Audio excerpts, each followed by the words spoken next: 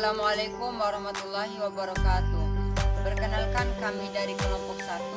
Kami akan menampilkan video tentang masalah kimia mengenai sistem koloid. Sebelumnya perkenalkan, nama saya Mufli Rahmatul, didampingi oleh teman-teman saya. Nama saya Henry Setio. Nama saya Mirnawati. Nama saya Penonton. Nama saya Milansari. Koloid adalah zat yang berpencar dalam zat pelarut dan butirannya lebih besar dari molekul, serta tidak dapat dilihat dengan mata kecuali lewat mikroskop. Sistem koloid merupakan jenis campuran antara larutan atau campuran homogen dan suspensi atau campuran heterogen. Karena keadaannya bercampur dari larutan dan suspensi, maka sifat koloid bisa berada di antara kedua jenis campuran tersebut. Misalnya pada larutan dikenal dengan istilah zat pelarut dan terlarut. Pada koloid, istilah itu disebut fase terdispersi dan medium pendispersi. Nantinya hasil dari fase terdispersi dan medium pendispersi ini akan menentukan jenis koloid. Nah, untuk lebih jelas kita lihat pada perbedaan larutan, koloid, dan suspensi. Dan jenjang sebelumnya, teman-teman tentunya sudah mempelajari jenis campuran yang dibagi menjadi campuran homogen dan heterogen. Nah, koloid ini merupakan suatu campuran yang karakteristiknya berada di antara campuran homogen dan heterogen. Supaya dapat lebih dipahami, mari kita perhatikan ilustrasi dari beberapa campuran berikut ini. Campuran air dan susu. Ketika kita mencampurkan air dan susu, ternyata susu akan larut, tetapi larutan yang terbentuk tidak bening, melainkan keruh. Kemudian, jika kita diamkan, campuran yang terbentuk tidak memisah. Nah, campuran antara air dan susu ini merupakan contoh koloid. Campuran gula dan air. Apabila kita campurkan gula dengan air, ternyata gula akan larut. Kita akan memperoleh larutan gula yang bening. Di dalam larutan tersebut, zat terlarutnya yaitu gula tersebar dalam bentuk partikel yang sangat kecil, sehingga kita tidak dapat lagi membedakan dari mediumnya walaupun menggunakan mikroskop ultra. Hal ini berarti bahwa campuran ini merupakan campuran homogen atau larutan. Campuran air dengan pasir. Jika kita mencampurkan pasir dengan air, ternyata pasir tidak larut, di mana walaupun campuran ini diaduk lambat laut, pasir akan memisah atau mengendap. Hal ini berarti bahwa campuran seperti ini merupakan sistem dua fasa, karena berlarut dan zat terlarutnya masih bisa kita bedakan, yang disebut sebagai campuran suspensi. Untuk memahami lebih lanjut mengenai larutan, koloid, dan suspensi, mari kita simak video praktikum mengenai perbedaan larutan, koloid, dan suspensi ini.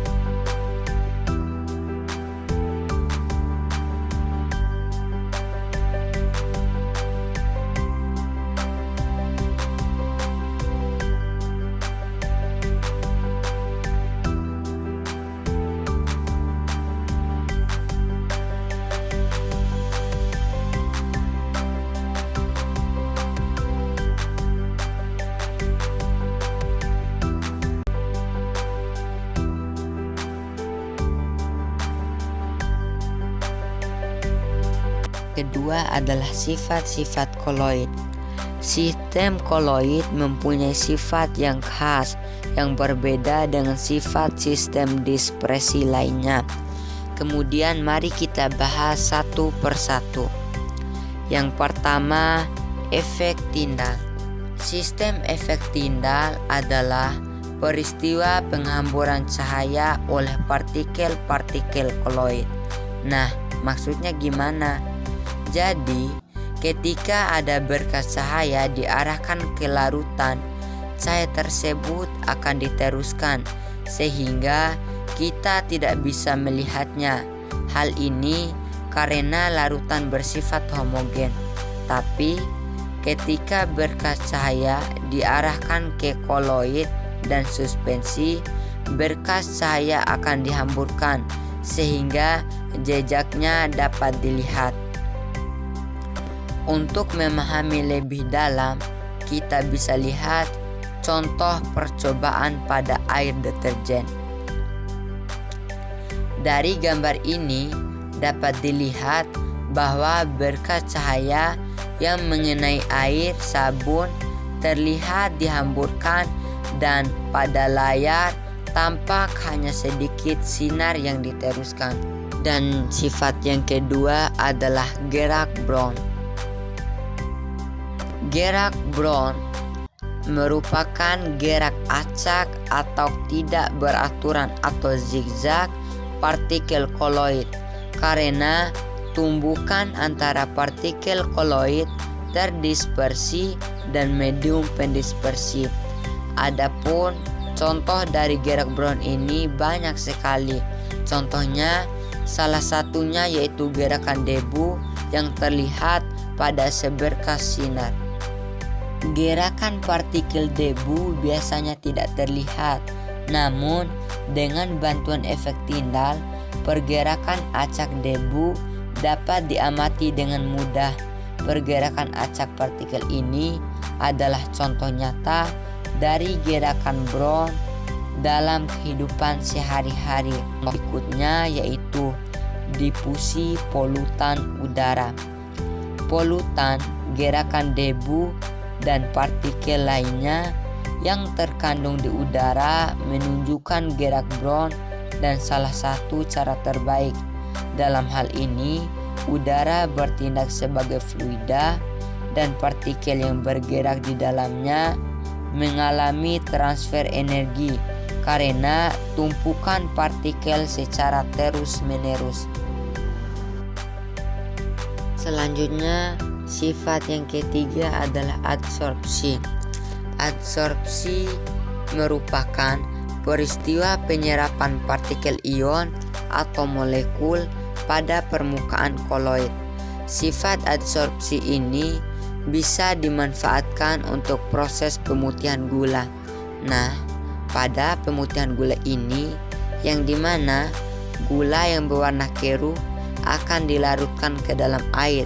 Kemudian di sini akan dialirkan ke dalam tanah diatom dan juga akan dialirkan ke arah tulang.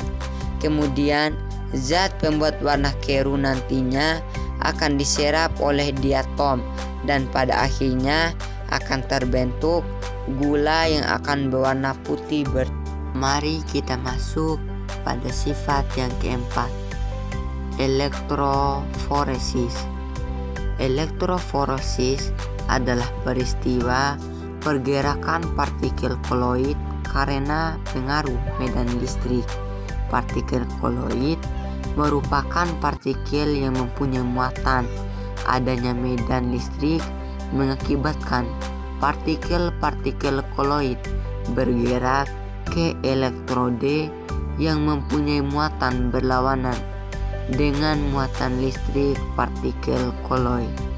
Pergerakan partikel koloid ini dapat diamati menggunakan alat sel elektroforesis.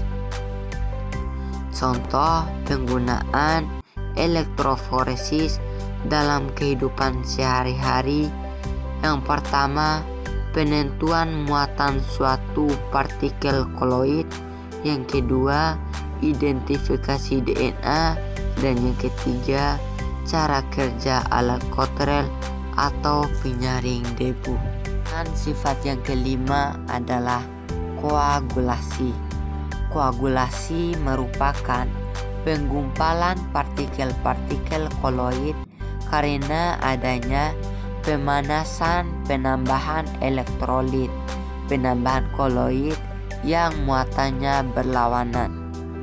Contoh penggunaan efek koagulasi dalam kehidupan sehari-hari yaitu alat Cottrell dapat menggumpalkan asap atau debu.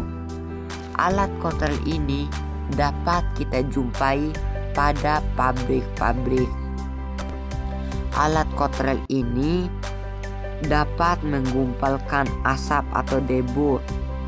Pada alat Cottrell, partikel jelaga asap bermuatan listrik akan menempel pada logam di alat Cottrell yang bermuatan positif, sehingga alat Cottrell ini akan mengeluarkan jelaga dari asap dan melepaskan udara yang bersih dari cerobong. Kemudian contoh dalam kehidupan sehari-hari adalah penambahan tawas dalam proses penjernihan air. Tawas merupakan garam aluminium sulfat yang di dalam air akan terionisasi menghasilkan ion aluminium. Ion aluminium ini mempunyai kemampuan untuk menarik molekul-molekul polar termasuk air dan lumpur sehingga terjadi koagulasi. Kemudian contoh selanjutnya adalah pengolahan karet dari latte dan pembentukan delta di muara sungai. Delta terbentuk di muara sungai akibat lumpur yang ada dalam air sungai berinteraksi dengan air laut yang mengandung ion-ion garam sehingga lumpur mengalami koagulasi dan mengendap. Sifat yang keenam adalah dialisis. Dialisis adalah proses pemurnian koloid dari ion-ion pengganggu dengan menggunakan membran semi permeabel. Ketika dialirkan air, koloid akan mendorong ion akan keluar karena ukuran ion-ion pengganggu tersebut memiliki ukuran yang lebih kecil, sedangkan koloid karena ukurannya lebih besar sehingga tidak dapat menembus membran semi permeabel. Proses ini diterapkan dalam dunia nyata, yaitu contohnya cuci darah. Itulah kenapa nama proses cuci darah namanya hemodialisis. Kemudian contoh lainnya adalah kapsul obat yang dikemas menggunakan koloid. Nah, pada kapsul obat ini dikemas dengan menggunakan koloid karena adanya suatu zat yang tidak dapat larut di dalam air. Bagian yang ketiga adalah jenis-jenis koloid. Pada pengelompokan koloid yang dimana yang pertama yaitu pada fase terdispersi padat dan dengan medium pendispersi padat, maka berapasol padat. Pada fase terdispersi cair dan medium pendispersinya padat akan menghasilkan emulsi padat. Dan untuk terdispersi berupa gas dan medium pendispersinya berupa padat, maka dia merupakan busa padat. Selanjutnya, untuk terdispersi berupa padat dan medium pendispersi berupa cair, maka akan berupa sol cair. Dan untuk terdispersi berupa cair dan medium pendispersinya berupa cair, maka akan berupa emulsi cair. Dan terdispersi berupa gas dengan medium pendispersi berupa cair menghasilkan buih.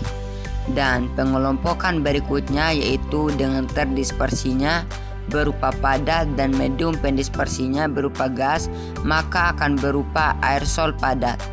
Dan untuk pengelompokan berikutnya yaitu dengan terdispersinya berupa padat dan medium pendispersinya berupa gas, maka akan berupa aerosol padat. Dan untuk terdispersi berupa cair dan medium pendispersinya berupa gas, maka akan berupa aerosol cair. Dan yang terakhir, dengan terdispersi berupa gas dan medium pendispersi berupa gas, maka akan berupa larutan sejati. Dalam konteks yang terakhir ini, perlu diingat bahwa kombinasi antara zat terdispersi dan medium pendispersi gas selalu dan pasti akan membentuk larutan sejati, bukan koloid. Sol padat. Sistem koloid ini terbentuk dari fasa terdispersi berupa padatan dan fasa pendispersinya berupa padatan. Contohnya kaca berwarna, yang dimana medium pendispersinya itu adalah kaca dan terdispersinya adalah zat berwarna, dan keduanya sama-sama zat padat, sehingga kaca pewarna ini termasuk ke dalam sol padat. Emulsi padat. Sistem koloid ini terbentuk dari fasa terdispersi berupa cairan dan fasa pendispersinya berupa padatan. Adapun contohnya yaitu ada banyak, namun saya hanya cantumkan 2 saja, yaitu keju dan mutiara. Keju ini terdispersinya cair dan pendispersinya padat. Begitu pula juga dengan mutiara. Mutiara yang dimaksud di sini adalah makanan. Nah, pada pembuatan mutiara itu adalah dari jenis sagu mutiara dan sagunya lebih banyak dari airnya. Dalam maksud sagu lebih banyak dan airnya sedikit, dan air ini dikatakan sebagai terdispersi, kemudian sagunya sebagai pendispersi. Jadi itulah mengapa keju dan mutiara dikatakan sebagai emulsi padat, karena memang mereka terdispersinya berupa cairan dan pendispersinya berupa padat. Sistem koloid ini terbentuk dari fasa terdispersi berupa gas dan fasa pendispersinya berupa padatan. Dan untuk contoh busa padat adalah batu apung dan karet busa. Nah, pada batu apung ini dia memiliki rongga-rongga halus. Rongga-rongga halusnya ini kayak bintik-bintik pada batu apung ini. Nah, untuk terdispersinya apa? Udara yang masuk dari sela-sela batu apung ini, maka udara dikatakan sebagai terdispersinya. Kemudian batu itu sendiri adalah pendispersinya. Begitu juga dengan karet busa. Dia juga memiliki rongga-rongga yang dimana akan terisi udara, dan udara ini dikatakan sebagai terdispersinya, dan kemudian karet busanya sebagai pendispersinya. Jadi dengan beberapa konteks tersebut dari kedua contoh ini sudah termasuk ke dalam busa padat. Bui. Sistem koloid ini terbentuk dari fasa terdispersi berupa gas dan fasa pendispersinya berupa cairan. Contohnya yaitu busa sabun, yang dimana terdispersinya udara dan pendispersinya adalah busa itu sendiri. Jadi di sela-sela dari gelembung busa ini ada udara yang masuk di antara busa-busa tersebut, maka dikatakan sebagai koloid busa. Emulsi cair. Sistem koloid ini terbentuk dari fasa terdispersi berupa cairan dan fasa pendispersinya berupa cairan. Contohnya susu dan mayones. Susu pendispersinya itu adalah susu itu sendiri dan juga ditambahkan air, maka air adalah pendispersinya. Dan pada mayones ada yang tercampur dalam kuning telur, ada minyak dan air yang dijadikan satu sehingga terbentuk mayones. Aerosol padat. Sistem koloid ini terbentuk dari fasa terdispersi berupa padatan dan fasa pendispersinya berupa gas. Adapun contohnya adalah debu dan asap. Adapun terdispersinya adalah partikel-partikel kecil, yaitu debunya. Kemudian pendispersinya adalah udara. Karena debu berada di udara dengan partikel-partikel yang berada lebih banyak udaranya, maka dikatakan sebagai aerosol padat. Begitu juga dengan asap, yang dimana sebagai zat terdispersi adalah asapnya, kemudian pendispersinya gas atau udara. Aerosol cair. Sistem koloid ini terbentuk dari fasa terdispersi berupa cairan dan fasa pendispersinya berupa gas. Adapun contohnya kabut dan awan, yang dimana terdispersinya adalah air dan pendispersinya adalah udara. Jadi kabut sama awan itu kan terbentuk dari titik-titik air yang terjadi karena proses penguapan. Maka air ini sebagai terdispersi karena jumlahnya sedikit dibandingkan dengan udara. Begitu juga dengan awan. Pembuatan koloid. Pada pembuatan koloid terjadi dengan dua cara. Pertama, cara kondensasi.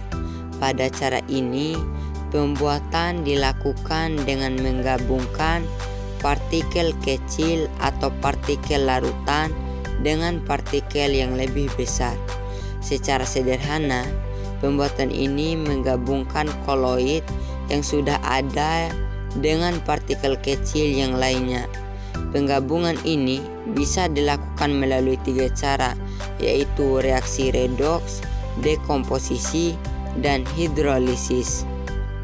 Reaksi redoks merupakan reaksi yang ditandai dengan adanya perubahan bilangan oksidasi. Dekomposisi merupakan reaksi penguraian suatu zat menjadi zat yang lebih sederhana. Hidrolisis merupakan reaksi suatu senyawa dengan molekul air untuk menghasilkan sol logam. Pembuatan koloid yang kedua yaitu dengan cara dispersi. Cara pembuatan ini terbalik dengan kondensasi. Cara dispersi adalah memecahkan partikel yang besar atau suspensi menjadi partikel kecil atau koloid. Untuk melakukan pemecahan ini bisa dilakukan dengan tiga cara, yaitu peptisasi, busur-Bredig, dan mekanik. Peptisasi. Pada cara ini, partikel-partikel besar dipecah dengan bantuan zat pemeptisasi atau pemecah. Busur-Bredig.